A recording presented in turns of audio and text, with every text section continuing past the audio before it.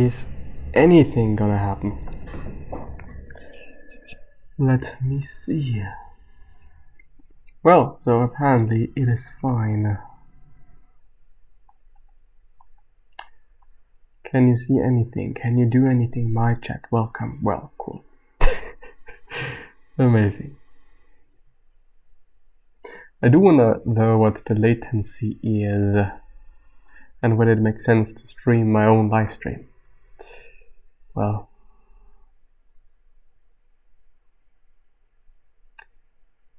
clip that dynamic bit rates. Things seem to be fine. Things seem to be rather okay. So, hello, welcome back to another episode of the Self-Development with Tactics podcast. Today, we are indeed streaming. We are talking live, and you can see me live. And today we are going to talk about Stoicism. It is going to be once again Stoicism related, and in the end you're also able to watch it on YouTube and also as a podcast. So whatever you prefer, you can do so. I should have actually jacked the fucking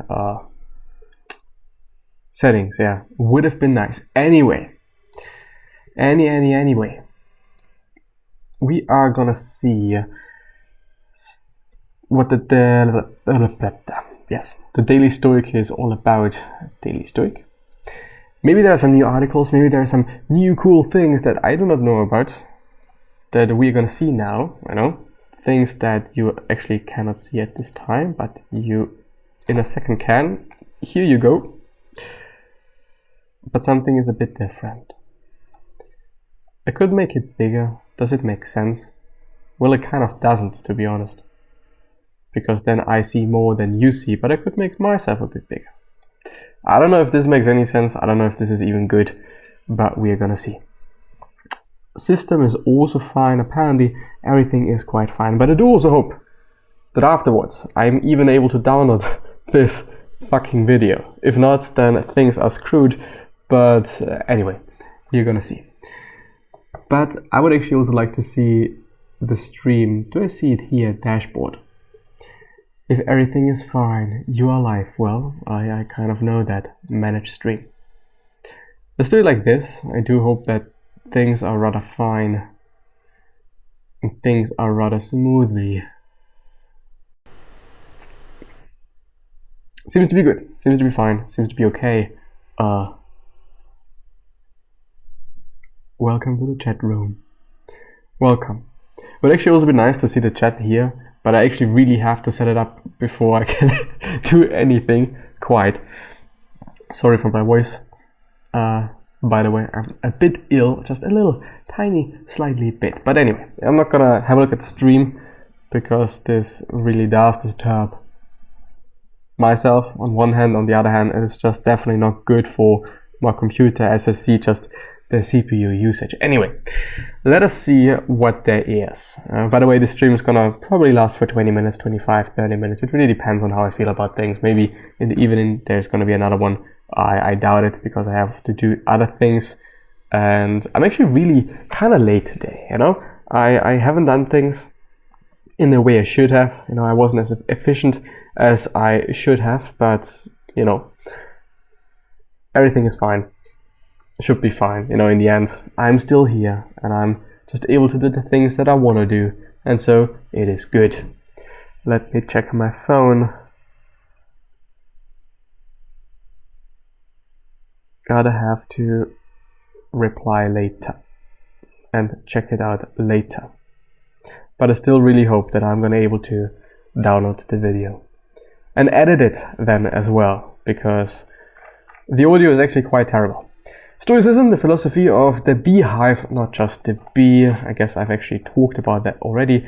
How to be happy, 11 strategies proven over the past 2,000 years. Since it is indeed the case that Stoicism per se is quite the old philosophy, It is rather, it's not something new. Therefore also the strategies they use and the things that they are talking about, they are gonna work quite, Obviously it depends on how you use them. Obviously it depends on how frequently you use them. and how good you are at using them, but they have been around for quite some time, so they are kind of, well, quote-unquote approved, I would argue. Anyway, let us actually see what they are talking about. Of course, the first thing we see are quotes, or air quote, but yeah. It is clear to you, I am sure, Lucilius, that no man can live a happy life, or even a supportable life, without the study of wisdom. By Seneca. Probably Seneca led us to Lucilius, since it is regarding Lucilius. But yeah, anyway. We know what you're thinking. What do the Stoics know about being happy? Isn't a Stoic resigned? Did you say resigned? Anyway. To whatever happens? Isn't a Stoic supposed to be an unfeeling, emotional brute? No, actually not really. You know, this is apparently a misconception that a lot of people have about Stoicism, but I do not know where this is from. You know, maybe because being Stoic indeed is actually an English word as far as I know, which I think means that you are indeed kind of emotionless and everything just, you know, you do not care about anything and whatnot. But I may also be wrong here, you know, I'm actually not quite sure. Could I actually... Oh, yeah, of course, just destroying my chair. Wonderful idea. Anyway, no. Stoicism is not about eliminating emotions. It is about minimizing negative emotions like stress and anxiety and anger. It is not about accepting your control. It's not accepting your powerlessness. It is about taking power over all that is inside your control, your attitudes, your wants, your desires, your opinions about what has happened. Your happiness. Happiness, the Stoics tell us, comes from within. It is a choice, and as the slave-turned-teacher Epictetus said, you can bind up my leg, but not even Zeus has the power to break my freedom of choice. No one can, you know, in the end, we can choose things. We can control certain things, obviously not everything, but I would also argue that this is fine and good, that we can't change everything, influence everything. If this would actually be the case, I guess the world would be in complete chaos. And definitely not great and good and whatnot. Anyway, the Stoics were happy, they wrote about happiness, and they taught others how to be happy. In this article, we want to pass their wisdom along to you. We want to give the Stoics time-tested strategies for being happy. We want to give to whom? We want you, well, anyway. Let's not dissect this text, you know, in every single kind of manner. There we see kind of a table of contents. I'm gonna kind of skip it just because of time reasons. Do I actually see? Yes, I do see how long I've been live now. And my CPU usage is actually already kind of high, but I do not really know what this is due to. I still have this card, certain things open in the background. Maybe this is due to that, and apparently it kind of was. What if I do this? Well, yeah. That does the trick. That really, well, I'm gonna try to not scroll as much as I maybe usually do. So what is happiness? The Greek word for happiness is eudaimonia. And there you can actually also see how it is pronounced. I do not really know, and I'm also not gonna pretend that I know. It was the fruit of studying philosophy.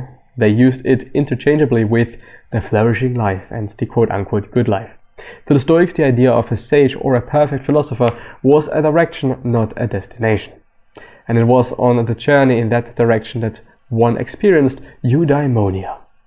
As Donald Robertson writes in Stoicism and the Art of Happiness, the ideal sage is therefore godlike, a mortal having progressed so far that his wisdom and eudaimonia equal that of Zeus. The aspiring Stoic tries to make progress towards perfect wisdom by regularly contemplating the sage and emulating his thoughts and actions. The Stoics believed the aim of life, the highest good, was to live virtuously. A life of virtue was one with the potential to bring us personal happiness and also fulfillment. So there are actually 4 virtues in Stoicism. I do not know them, I just know that there are 4 of them. One is, might actually be justice, something like that. You know, kind of being a good person, just being correct in the sense of I'm not going to hurt anybody. and I'm not gonna kind of disturb society as a whole, since Stoicism indeed is focusing quite a bit on just meta things, the whole community, not you and yourself and what you would like to have to some degree as well, but what is good for the beehive versus the bee itself, quite. I'm gonna skip a bit of things. What causes unhappiness? It is not the man who has too little, but the man who craves more that is poor. Seneca. Yes, well, in the end, I would argue that we, or most of us, probably most people that do see this stream, they have quite everything they need. Of course, if you have a lot of things, and if you're pretty high in the Maslow pyramid, you're also going to demand more, quite, But basically, we have all those things that we quote unquote need, which is food and safety and whatnot. One could argue sex is a pretty substantial thing that we need, and also just having connection with somebody, basically social connection. I guess the secret's out. Okay, cool. Just got a Slack message for whatever reason, and saying whatever, I do not actually understand. Anyway, what do I want to say? Fuck. Yes, I think not necessarily, but also to some degree romantic relationships are pretty important, because they kind of are, but especially just social interactions. I think this is actually quite foundational for happiness and for having balance and also for being healthy.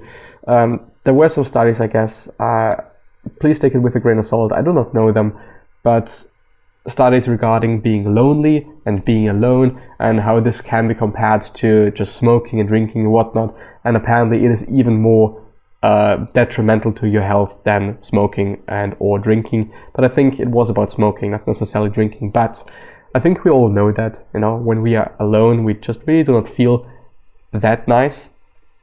When it comes to being alone for an extended period of time, of course, we all need some time alone, and we all should get some time alone, and also should be able to be alone, at least at my point of view.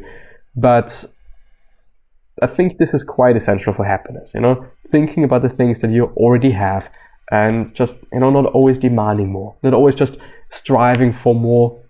Well, striving, yes, but not maybe expecting more, Of course, striving for more, I think, is actually also quite important for happiness, like having a goal, having something to aspire to, having something to just go to, quite.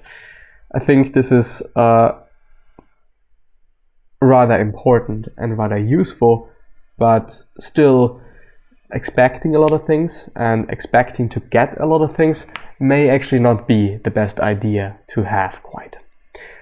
So we think that when we get what we want, we will be happy, which essentially, and I've been talking about it before on the podcast, Slavoj Žižek, apparently this is how you pronounce him, modern day philosopher, actually pretty prominent in what he's doing, and also really interesting guy, just his personality, how he how he looks is really connotated quite quite negatively, but still the way he presents himself and whatnot. And he said most often we do not really want what we think we want, always having like this thing to aspire to, always having this thing that we want to get to. This is basically what we want, and not actually receiving it and not actually getting it, just always having just something in front of us, always just having something to go for. And well, yes, really quite the case. If you, and this was also his example, if you have a wife or a girlfriend or whatnot, or a boyfriend, it doesn't matter, and you think about this affair that you're having at the time, and you think about, I would really like to just be with this other woman, I would really like to just to be with this other man and whatnot, and you think this is going to make you happy in the end. But in the end, really no, it kind of isn't the case, it's just only about the thing that we cannot have, the thing that we are striving for, the thing we think we want to have, but we just cannot because we have a wife and whatnot. This is just the whole thing about it, this is basically what we want to have, we want to have this thing that we can't have, basically. And I think we all go through life and our own life and see all those situations that we found ourselves in. I guess we all see that we also had those moments, we also had those moments in life where, basically we were just striving for something that we couldn't get. Also, just coming down to romantic relationships, you may have also found and you may have also seen that people that make themselves appear rare quite to or unavailable for just extended periods of time for the other person, they all of a sudden seem very, very interesting. Whereas a person that just, makes themselves available just all the time, is always there and whatnot, they are not that interesting, maybe also because we feel, okay, we can have this person all the time, and we can get this person, we can just be in a relationship with this person whenever we want. If this is actually the case, probably not, really depends, on the situation, on the people and whatnot. But still, we don't want to have that, we want to have something to strive for, something that we can kind of, are unable to get, even though in the end, when it comes to relationships and romantic relationships, like why? If you're interested in another person and you kind of notice that he or she is also interested in you, why just, do not connect? Anyway. Conditional happiness is what psychologists call this kind of thinking, like the horizon you can walk for miles and miles and never reach it. Yes, I'll be happy when I get the promotion, I'll be happy when I'm a millionaire, when this diet pays off, when I hit the bestseller list. If this is going to be the case, well, to some degree probably yes, but definitely not to the degree you think you're going to be happy. Of course, you're going to be quite well off, you're just going to feel quite good about yourself because you have achieved something, but at least also for me this wears off quite easily and also quite quickly, which just is how things are, I guess. Choose it or your happiness, as the Stoics say, the two are not compatible. Locate that yearning for more, better someday and see it for what it is, the enemy of happiness. So what did the Stoics say about happiness? Trust me, real joy is a serious thing. Do you think someone can, in the charming expression, blithely dismiss death with an easy disposition, or swing open the door to poverty, keep pleasure in check, or meditate on the endurance of suffering? The one who is comfortable with turning these thoughts over is truly full of joy, but hardly cheerful.